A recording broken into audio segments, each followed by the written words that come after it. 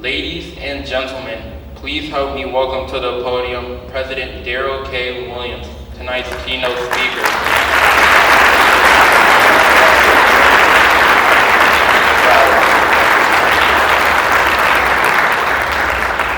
Let's give this outstanding young man another round of applause.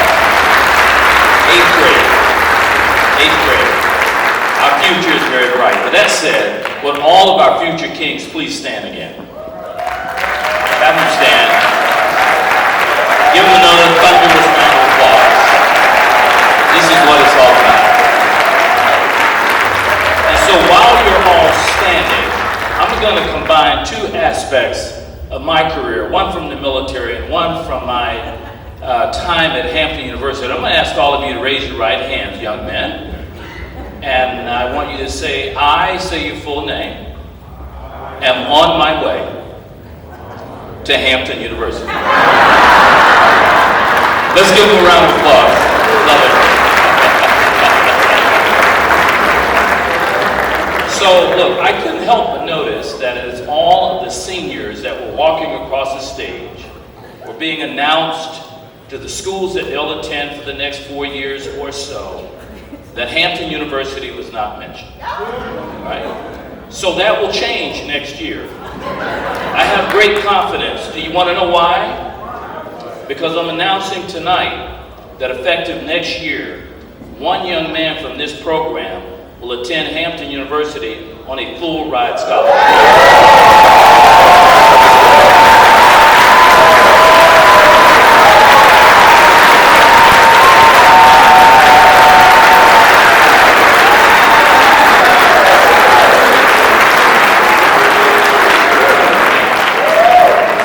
In case you want to do it by the numbers, that's a $200,000 commitment.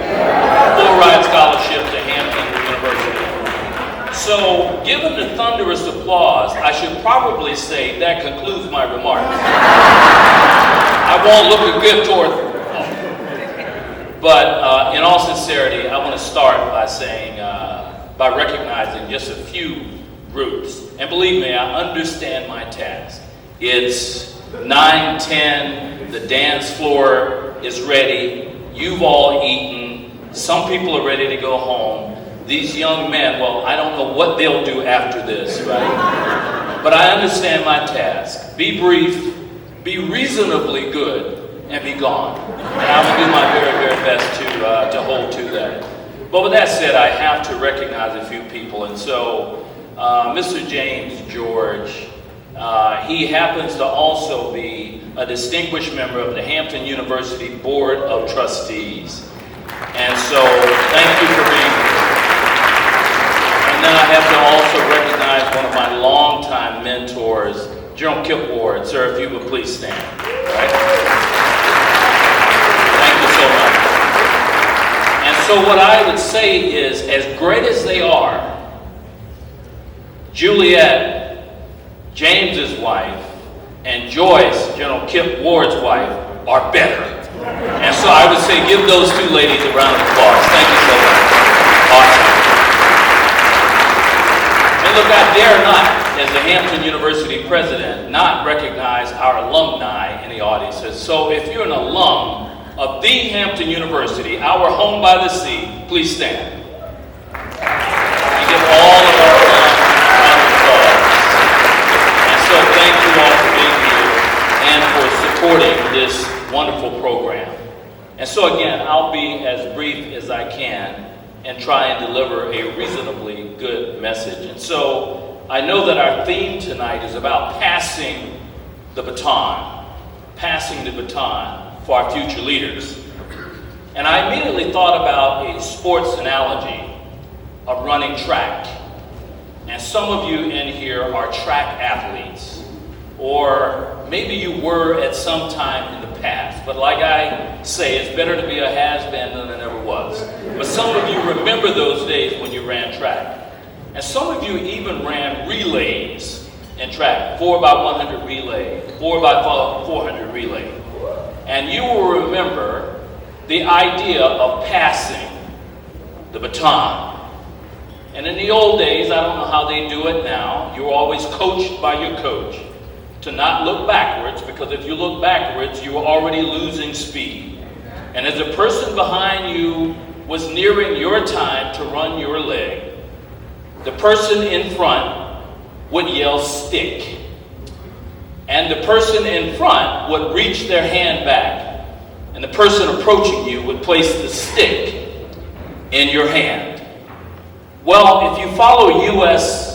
Olympic journeys over the last 20 or 30 years, you know that our Olympic teams, especially in the 4x100 relay, have had a little bit of trouble passing the baton. And so in 2008 Olympics, in the 4x100 relay, the runner dropped the baton in the Beijing Olympics and we were disqualified. In 2009, at the World Championships, 2 runners passed the baton before entering the passing zone. And then in 2011, an American runner collided with a British runner and we were disqualified. And then in 2015, the U.S. runner passed the baton outside of the passing zone. And every time we run a race in the Olympics now, a relay race, those who know that history hold their collective breaths, because no matter how good the team is, it's not always the fastest runner. It's the ones who pass the baton the best. And so with that in mind, we can't afford in today's time to not effectively pass the baton to this new generation of our leaders. And that's why we're here tonight, making sure that there's an effective baton pass from this generation to the next. And as we've all seen this evening, the future is very, very bright, but so is our past. The issue is in how do we pass the baton? And so we can't afford to do as they did in the 2008 Olympic Games. We can't drop that baton. We can't do what happened in 2011. We can't collide into someone else and fail to pass the baton. It is in very intentional events like tonight, and in all of the things that led up to this, and all of the preparation that we're pouring into these young men, that will ensure that we pass the baton in the proper way. And so I'll leave the young men tonight with 3 or 4 things, indeed the entire audience, with 4 or 5 things that I would pass on so that we don't fail to pass the baton.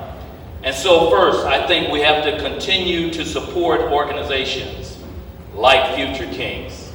There are any number of them, the Kappa League, the Links, each of the Divine 9 organizations. We have to support them because they each have organizations that are all about passing the baton to the next generation.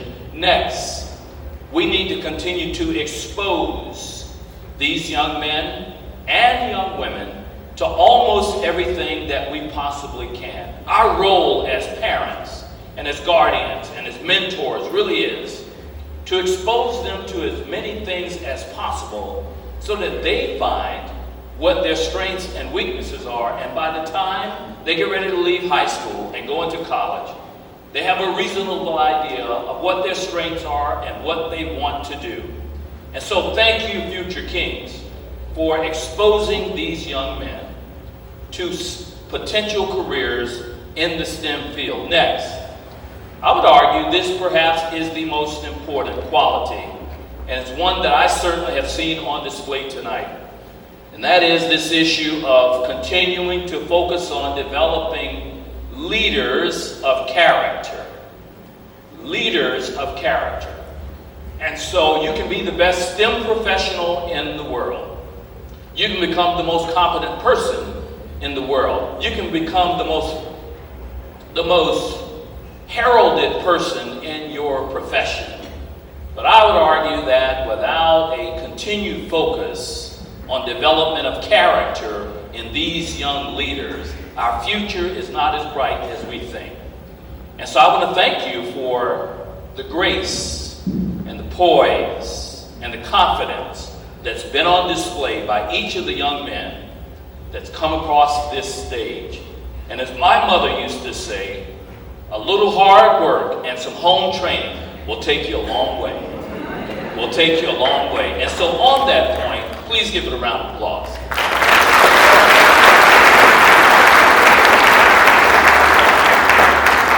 Next, I talk just a little bit about an African bird, mythical bird called the Sankofa. Many of you know about it. And it talks about honoring your past and having, not just honoring your past, but having reverence for your past.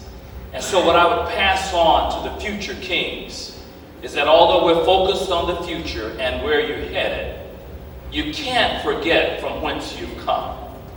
You must realize that this future that you have didn't start with you, and it didn't start with your parents.